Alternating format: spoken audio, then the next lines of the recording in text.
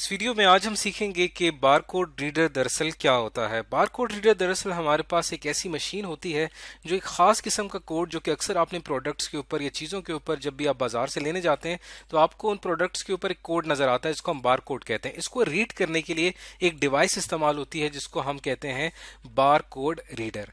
अब ये जो बारकोड रीडर है, जैसे कि इस पिक्चर में आपको दिखाया गया है, ये जो है इस्तेमाल होता है एक इनपुट डिवाइस के तौर पे, जो कि हमारे इस पूरे कोड को स्कैन करता है और हमें इंफॉर्मेशन देता है कि ये जो कोड है इसके अंदर कौन सी इंफॉर्मेशन छुपी हुई है। अब हमें ये पता होना चाहिए कि बार कोड किसे कहते हैं। बार कोड दरअसल हमारे पास एक तरीका है जिसके जरिए हम इंफॉर्मेशन को रिप्रेजेंट करते हैं। एक सीक्रेट तरीका है, क्योंकि उस बार कोड को कोई भी आम शख्स जो है उसको नहीं पढ़ सकता। ये बार कोड उस खास चीज से मुतालिक होता है और इसके अंदर उस चीज के बारे में, उसकी प्रोडक्ट की इंफॉर्मेशन होती है और उस कंपनी की इंफॉर्मेशन होती है जिसने वो प्रोडक्ट बनाई होती है। यानी कि ये जो बार कोड है ये खास तौर पे ऑब्जेक्ट्स को आइडेंटिफाई करने के लिए इस्तेमाल होता है। अब हम ये जानने की कोशिश करते हैं कि बार कोड को रीड किस तरह से किया जाता है। मिसाल के तौर पे हमने यहाँ पर एक बार कोड जो है आपको इस वक्त नजर आ रहा होगा। ये कंप्लीट बार कोड जो है ये इस वक्त डिवाइडेड है 95 सेक्शंस में। यहाँ से लेकर यहाँ तक जो है हमने 95 कॉलम्स बना ली हैं। ब्लैक एंड वाइट स्ट्रिप्स आपको नजर आ रही हैं। जैसे ये ब्लैक स्ट्रिप है, ब्लैक कॉलम है, उसके साथ वाइट कॉलम है, फिर ब्लैक, उसके बाद फिर वाइट, फिर वाइट, फिर वाइट, फिर वाइट, फिर ब्लैक। इस तरह हमारे पास टोटल जो है वो 95 कॉलम्स होते हैं एक सिंगल बार कोड में। अब ये जो 95 कॉलम्स हैं, ये कॉलम्स जो हैं ये इनको जब हमारा बार कोड रीडर इनको जब स्कैन करता है तो स्कैनर से एक लाइट जो है वो आके स्ट्राइक करती है इन 95 कॉलम से।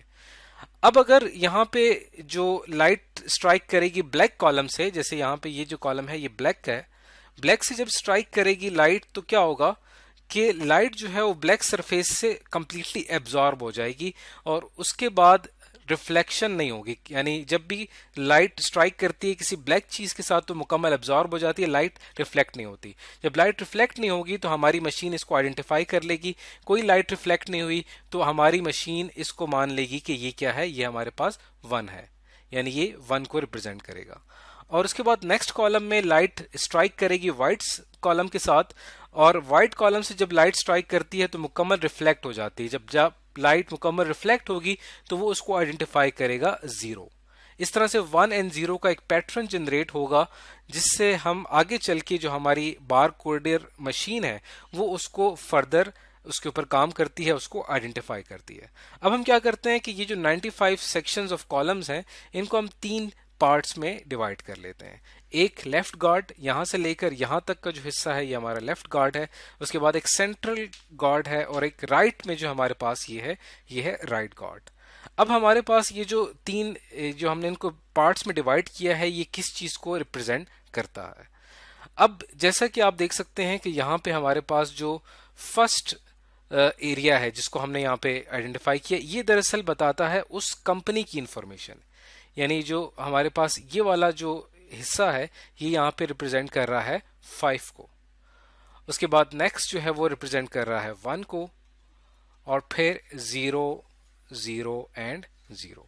अब ये जो इंफॉर्मेशन है 5 1 0 0 0 जो यहाँ पे लिखी हुई है ये दरअसल जाहिर कर रही है उस कंपनी की मैन्युफैक्चर की इंफॉर्मेशन जिसने इस प्रोडक्ट को बनाया है। हर कंपनी का एक खास नंबर होता है, इससे हमें उस कंपनी के बारे में पता चलता है। जबकि जो रिमेनिंग पार्ट है इसका, जिसके अंदर हमारे पास ये जो इंफॉर्मेशन है 0 1 2 5 1, ये दरअसल ये किस चीज को शो करती है, ये उस प्रोडक्ट के बारे में हमें बताती है।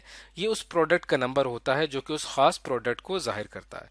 तो रिमेनिंग जो हमारे पास बिट्स होती हैं 1 एंड 0 की, वो इन नंबर्स को शो करती हैं।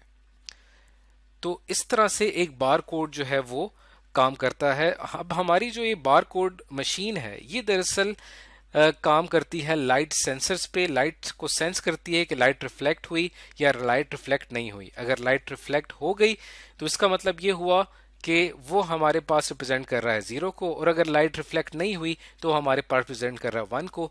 तो ये हमारे पास एक कंप्यूटिंग मशीन ही है जिसको 1-0 का एक पैटर्न चाहिए होता है आइडेंटिफाई करने के लिए। जब इसके पास 1-0 का एक पैटर्न आ जाता है तब ये मशीन जो है कनेक्टेड होती है कंप्यूटर के साथ, और उस कंप्यूटर में उस प्रोडक्ट के हवाले से इंफॉर्मेशन मिल जाती है।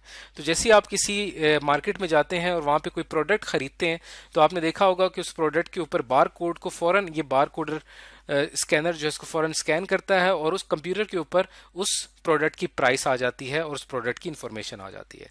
तो इस तरह से एक बार कोड रीडर काम करता है। तो इस वीडियो में आज हमने सीखा कि बार कोड रीडर क्या होता है।